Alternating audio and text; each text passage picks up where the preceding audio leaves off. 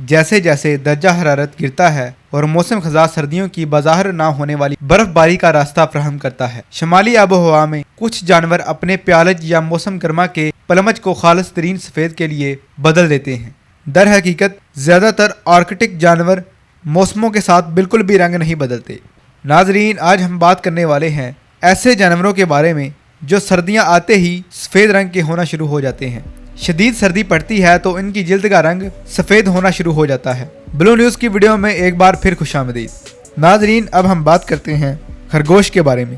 खरगोश की कई इकसाम जिनमें आर्कटिक खरगोश, लेप्स आर्कटिक्स, पहाड़ी खरगोश शामिल हैं। सर्दियों में भूरे या सुरमई से सफ़ेद हो जाते हैं। ख्याल किया जाता है कि रंग की तब्दीली कम अज़ कम जुज़वी तौर पर फोटोप्रेड से जुड़ी हुई है, यानी दिन के दौरान मुसल होने वाली रोशनी की मिकदार। जैसे जैसे दिन कम होते जाते हैं, रेटिना में रेस्पिरेटर्स इस मालूमात को खरगोश के दिमाग तक पहुंचाते हैं, जो कि भूरे बालों को सफ़ेद करने की तहरीक देते हैं। एक तहकीक में बताया गया है कि ग्लोबल वार्मिंग इन जानवरों की बका के लिए एक बड़ा खतरा बन सकती है।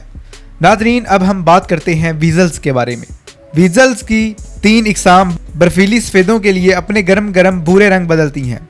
सबसे कम वीजल, लंबी दुम वाला वीजल और छोटी दुम वाला वीजल जो पूंछ के स्याह सिरे के अलावा सफ़ेद है। एक ही नूह के वीजल जो ज़्यादा जनूबी आबो हवा में रहते हैं आमतौर पर रंग नहीं बदलते। दिलचस्प बात यह है कि रंग बदलने वाले वीजल्स को दर्जा हरारत या मुकाम से कतई नज़र रंग बदलते हुए देखा गया है।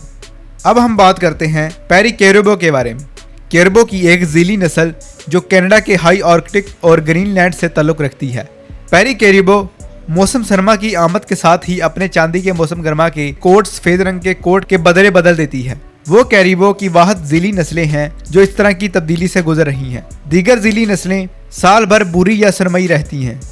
अब हम बात करते हैं कॉलर्ड लेमिंग्स के बारे में। एक गैर मतियन नस्ल गर्म महीनों में भूरे या सरमई से बर्फ पड़ने पर सफ़ेद हो जाती हैं। इनका ताल्लुक हकीकी लेमिंग से मुख्तलिफ जानिस से है जो भूरे रहते हैं। अजीब बात यह है कि वो अपना ज़्यादातर वक्त बर्फ के नीचे दबने में गुजारते हैं, यहाँ तक कि वो सर्दियों के खास पंजे भी उगाते हैं जो दरअसल पैर के पैड की तोसी होते हैं। अब हम बात करते हैं पटोरमैगिन्स के बारे में। पटोरमैगिन्स की तीनों अनवा परिंदों की एक जेनिस जो ग्राउस, मुर्गियों और फीजनेट से मुतालिक है। सफ़ेद पंखों के लिए अपने स्कैल्प्ड भूरे पंखों की तजारत करते हैं। वो मौसम बहार और मौसम खज़ा को धुंधली हालत में गुजारते हैं जो बर्फ के ढीले ढांचे से मिलते हैं।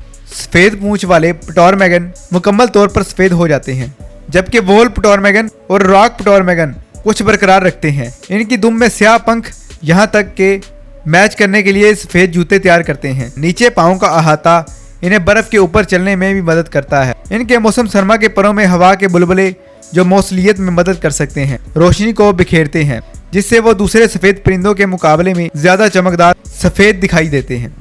अब हम बात करते हैं साइबेरियन हैमस्टर्स के बारे में। इस फहरिस्त में शायद ये वह जानवर है जिसे हम वाकई पालतू जानवर के तौर पर रख सकते हैं। साइबेरियन हैमस्टर्स या दजहगरी हैमस्टर, फूडोप्स संगोरस, जिसे अक्सर मौसम सरमा की सफ़ेद के नाम से फरोख्त किया जाता है।